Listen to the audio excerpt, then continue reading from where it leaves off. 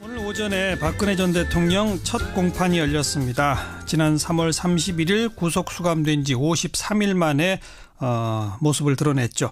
그리고 최순실 씨와 한자리에 나란히 앉았고요. 물론 사이에 변호인이 앉아있긴 했습니다만 탄핵 소추위원이었던 민주당의 박범계 의원 오늘 재판 어떻게 봤을지, 또 지금 봉하의 노무현 전 대통령 추모식에도 참석하셨다고 하는데 그 소식까지 좀 물어보도록 하겠습니다. 박범계 의원 안녕하세요.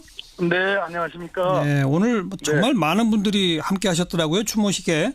그래서 저희들은 한 3만 명쯤 되는 걸로 이렇게 파악을 하는데 언론에는 15,000, 2만 이렇게 나와 있더라고요. 오늘 분위기, 엄청난 인파가 오셨습니다. 예, 오늘 분위기 전체적으로 어땠습니까?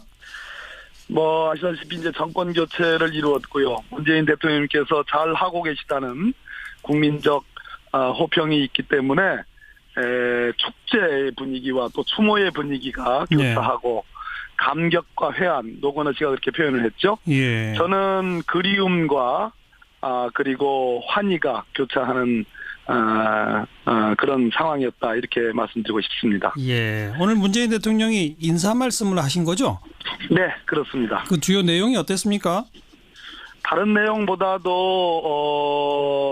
우리 노무현 대통령께서 꿈꿨던 좋은 나라, 성공하는 나라에 대한 그 이상이 높았지만 예. 현실의 장벽이 너무 높았다.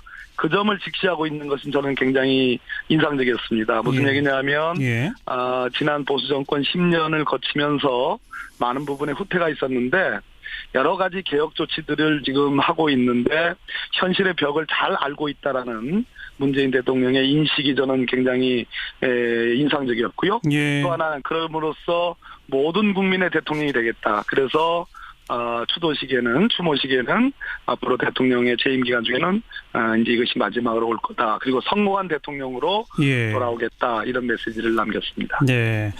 이명박, 박근혜 보수 정권 10년뿐 아니라 그전 김대중 노무현 정부까지 한 20년을 반성하고 성찰하면서 하겠다. 이런 대목은 맞습니다. 어떤 의미라고 보십니까? 공과 과가 어느 정부에나 다 있을 겁니다. 국민의 정부도 물론이고요. 또 오늘 추모를 한 참여정부에서도 공과 가가 있습니다. 이상은 높았지만 현실의 장벽이 컸습니다. 그 뒤에 이명박 정부 4대강 사업으로 대표되는 엄청난 예산 낭비가 있었고요. 박근혜 정부는 말할 수 없는 국정농단이 있었습니다. 이런 속에서 모든 문제점을 누구보다도 잘 알고 있기 때문에 정말 성공하는 정부, 모든 국민의 대통령이 되는 정부, 그렇게 가겠다라는 약속이라고 저는 생각합니다. 네.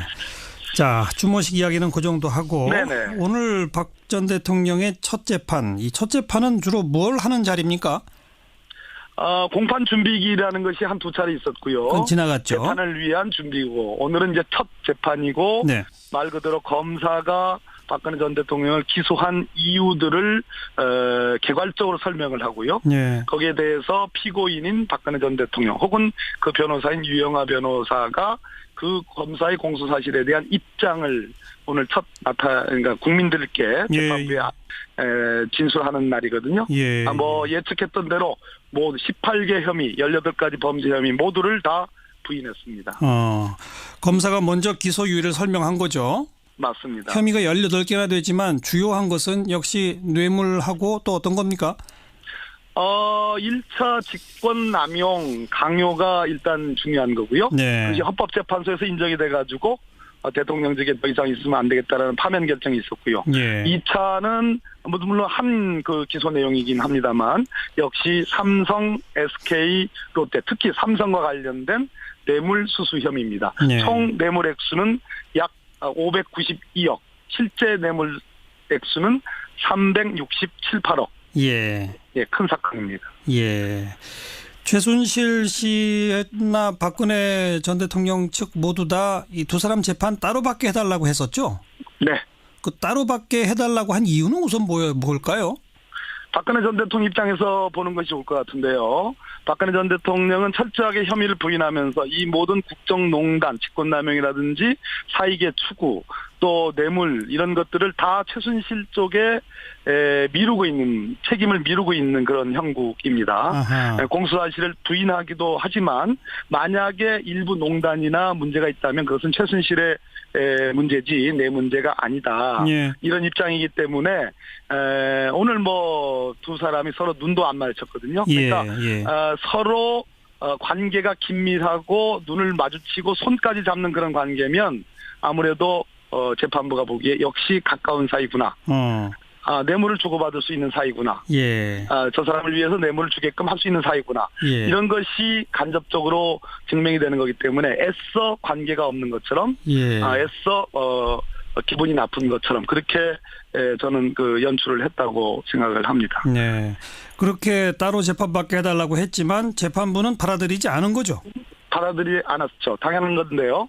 사건을 병합 결정이라는 걸 한 겁니다. 만약에 병합 결정을 하지 않고 박근혜 피고인 사건 별개, 최순실 피고인 사건 별개로 재판이 진행되면 한 재판부라도 이중으로 증인 신문을 해야 될 수 있는 상황이 벌어지거든요. 네. 근데 김세윤 부장이 재판장이 적절하게 설명했듯이 박근혜 대통령, 전 대통령에 대한 공소사실이나 최순실의 공소사실은 일치되는 거기 때문에 굳이 따로 분리해서 별개의 증인신문을 할 필요가 없는 거 아니냐라는 그런 결정을 해서 병합 결정을 내린 겁니다. 예. 그러면 이제 앞으로 매번 재판 때마다 두 사람은 나란히 이제 출석을 하게 되는 건가요?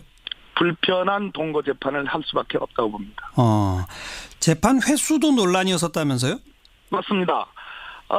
역시 그 박근혜 전 대통령의 변호인 측 유영하 변호사 등은 천천히 가자라는 입장이었고 검찰은 구속 만기라는 게 있기 때문에 매일같이 재판을 하자 이렇게 주장을 했는데 재판부는 그 절충점으로 한 3번 내지 4번 정도 한 2-3번에서 4번까지 일주일에 할 수 있다. 예. 일주일에 그렇게 그럼 거의 이제 격일 재판 이렇게 되겠군요. 아마도 그렇게 될 것 같습니다. 조금 아까 언급하신 박 전 대통령의 구속 만기는 언제입니까?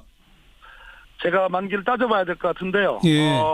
6개월 내 재판을 마쳐야 되니까 그래도 꽤 남겨져 있습니다만은 지금 구속 시점과 이걸 따져봐야 되겠습니다. 네, 재판은 상당히 그 여러 차례 하게 되겠죠. 워낙 다투고 있는 그 혐의가 많아서. 재판 기록만 해도 수사 기록만 해도 엄청난 분량이기 때문에 여기에 등장하는 증인들까지 포함하면 아주 정말 우리 현대사에서 보기 어려운 그러한 큰 재판이 되겠습니다. 네, 박 전 대통령 측 변호인단의 기본 전략은 뭡니까? 다 부인하면서 어떤 전략을 쓰는 겁니까? 아까도 말씀드렸듯이 크게 직권남용, 대통령이 권력을 남용해서 민간인, 사인 최순실에게 부당한 이익을 줬다라는 그런 직권남용 부분하고요. 다른 한 측면은 삼성을 비롯한 여러 두 개의 기업들에 대한 뇌물수수 부분인데요. 이 두 개를 나눌 겁니다. 일단은. 그래서 전자 부분은 철저하게 최순실의 책임으로 농단 쪽으로 몰고 갈 가능성이 있고요.